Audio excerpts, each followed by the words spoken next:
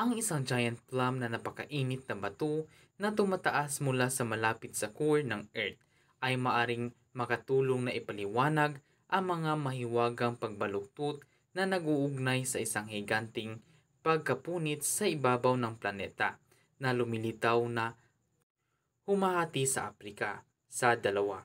Natuklasan ng isang kamakailang pag-aaral sa buong planeta. Ang malaking gases sa ibabaw ng Earth na kilala bilang continental rift ay naghihiwalay sa mga landmass.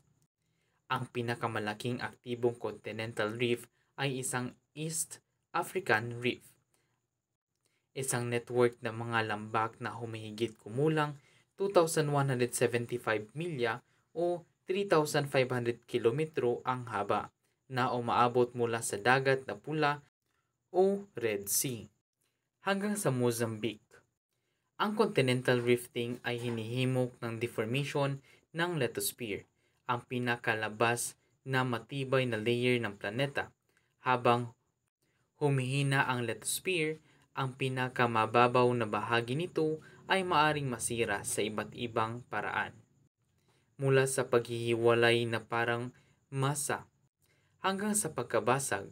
Ang co-author ng pag-aaral na si Dr. Sarah Stump, isang geologist sa Virginia Tech sa Blacksburg, ay inilahad ng mga tugo na ito sa silipati. Kung tinamaan mo ang martilyo ang silipati, maaari itong pumutok at masira. Ngunit kung dahan-dahan mong hilain ito ay umaabot. Sa iba't ibang antas ng oras, ang lithosphere ng Earth ay maaari ding kumilos sa iba't ibang paraan. Ang direksyon kung saan nagdi-deform ang ibabaw ng Earth sa mga continental rift ay karaniwang nasa tamang mga anggulo sa haba ng isang biyak. Isipin ang dalawang hati ng isang kontinente na naghihiwalay na may kahabaan o pagkawasak ng lupa kung saan nagtatagpo ang mga kalahating iyon. Matapos suriin ang East African Rift ng higit na 12 years, natuklasan ng mga mananaliksik na ang pagpapangit ay patayo, tulad ng inaasahan na lumipat sa silangan at kanluran. Gayunpaman, natuklasan din nila ang deformation parallel sa reef na lumilipat sa hilaga. Ang mga galaw na ito sa ibabaw ay may medyo kakaiba at hindi naobserbahan sa ibang lugar, sabi ni Stump sa Life Science. Sa pag-aaral, nalaman ng team ng isang higanting hugis kabote na super plum ng magkakapasong mainit. Buo yan na bato na umaakyat sa manta ng Earth na maaring makatulong na ipaliwanag ang mga mahihiwagang pagbaluktot na ito. Ang gawaing ito ay napapahiwatig na ang mga plum ay maaring gumanap sa isang aktibong papel na nagpapapangit ng ibabaw ng Earth, lalo na sa mga continental reef kung saan ang lithosphere ay humina, sabi ni Stump. Matagal nang alam ng mga scientifico ang mga mantle plum sa Earth.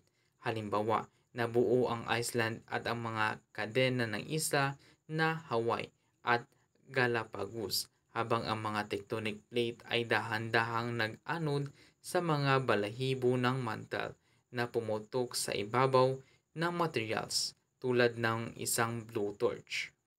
Ang mga manaliksik ay nakatuon sa African super plum na tumataas sa malalim ng timog kanluran ng Afrika at napupunta sa hilagang silangan sa buong kontinente na nagiging mas ibabaw habang ito ay umaabot pahilaga.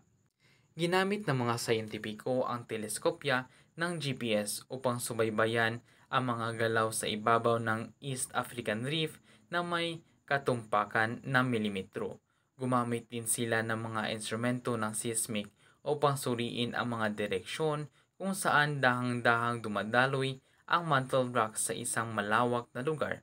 Sa wakas, sinuri ng 3D computer simulation na binuo ng lead author ng pag-aaral na si Taheri Rajaonarisson, isang geophysicist sa New Mexico Tech sa Socorro, ang data sa GPS at seismic para magawa ang underground na aktibidad na pinagbabatayan ng East African Rift. Ipinakita ng mga modelong 3D na ang hindi pangkaraniwang mga pagpapapangit na kahanay ng reef ay maaring humihimog ng daloy ng mantle pahinga na nag-uugnay sa African super plum. Isipin ang isang mas malakas na silipati sa ibabaw ng isang mas mahinang silipati na kumakatawan sa mataas na viscous lithosphere at ang hindi gaanong malapot na plum na material ayon sa pagkakabanggit. Sinabi ni Rajao Narison sa Life Science. Kung ililipat mo ang mas mahinang silipati, ito ay unti-unting magdidikit kasama ang mga malakas na silipati sa kanilang interface hanggang sa ang mas malakas na silipati ay gumagalaw sa parehong direksyon. Sa kabuuan, para sa akin, ang pinakamahalagang implikasyon ng mga natuklasang ito ay ang pagpapabuti ng kanilang pag-uunawa sa kung paano naghihiwalay ang mga kontinente, sabi ni Rajao Narison. Ikaw, ano masasabi mo sa videong ito? Paki-share po yan sa comment section. At kung gusto mo rin mag-request ng video, i-comment na din ang title para magawan ko ng research. Thank you for watching, guys. I hope you like my video and don't forget to subscribe and click the bell button for more updates. And see you on my next video.